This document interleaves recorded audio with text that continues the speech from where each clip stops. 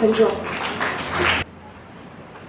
Idhayaraj Suvanthi teacher biology, அதேபோல் வித்யாசங்கர் ஆசிரியை ரசாயனவியல், லோகநாதன் ஆசிரியை ரசாயனவியல், அதேபோல் சுபாங்கி ஜெயக்குமார் செல்வி ஆசிரியர்.